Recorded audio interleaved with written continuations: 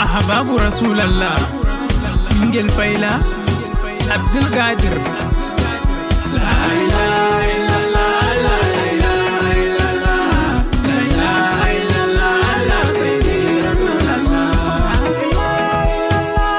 لا إله إلا الله لا إله إلا الله لا سيدي رسول الله. السلام عليك النبي جومي سلميني بورد بمنتوري مدامي يوفني ميلا ميتير دامادا النبي جوساهي جيما هنا جميلا ميتير داماهي النبي جوساهم حكمة فساها ماهي بورد بمنتوري كم يردداهي. لا إله إلا الله لا إله إلا الله لا إله إلا الله لا سيدي رسول الله.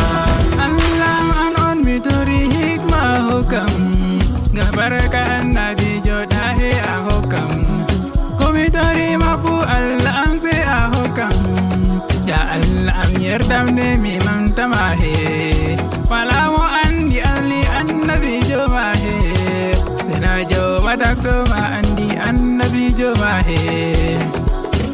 La ilaha illallah la ilaha illallah la ilaha illallah la sayyidi rasulullah.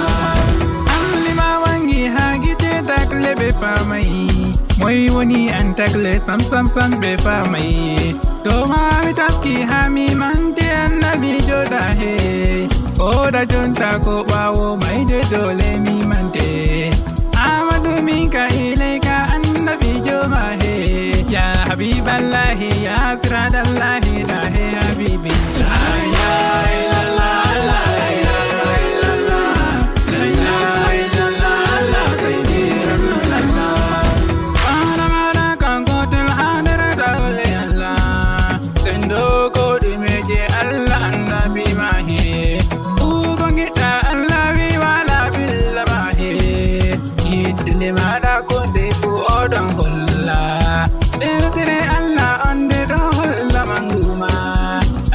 sofa yogi ka jemada annabi jo. La ilaha illallah la ilaha illallah la ilaha illallah la sayyidi rasulullah.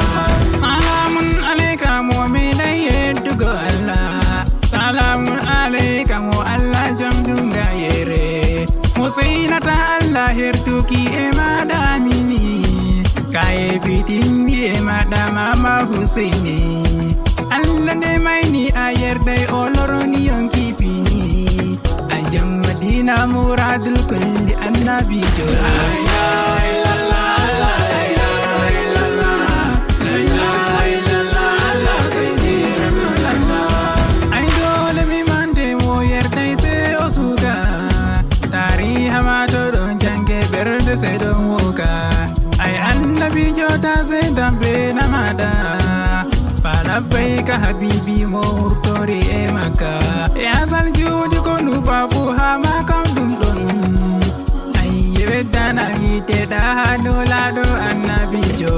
La ilaha illallah la ilaha illallah la ilaha illallah la sayyidi rasulullah. Makonu lawe ma sedi an buri burde mamudu Allah subi ma burni do kala tagge Albeni der Cameroon bena Chadi Nigeria kam tawulbu enon Senegali inne Allah der jude ma ko moy anda malagi dama medi waldugo bena boda.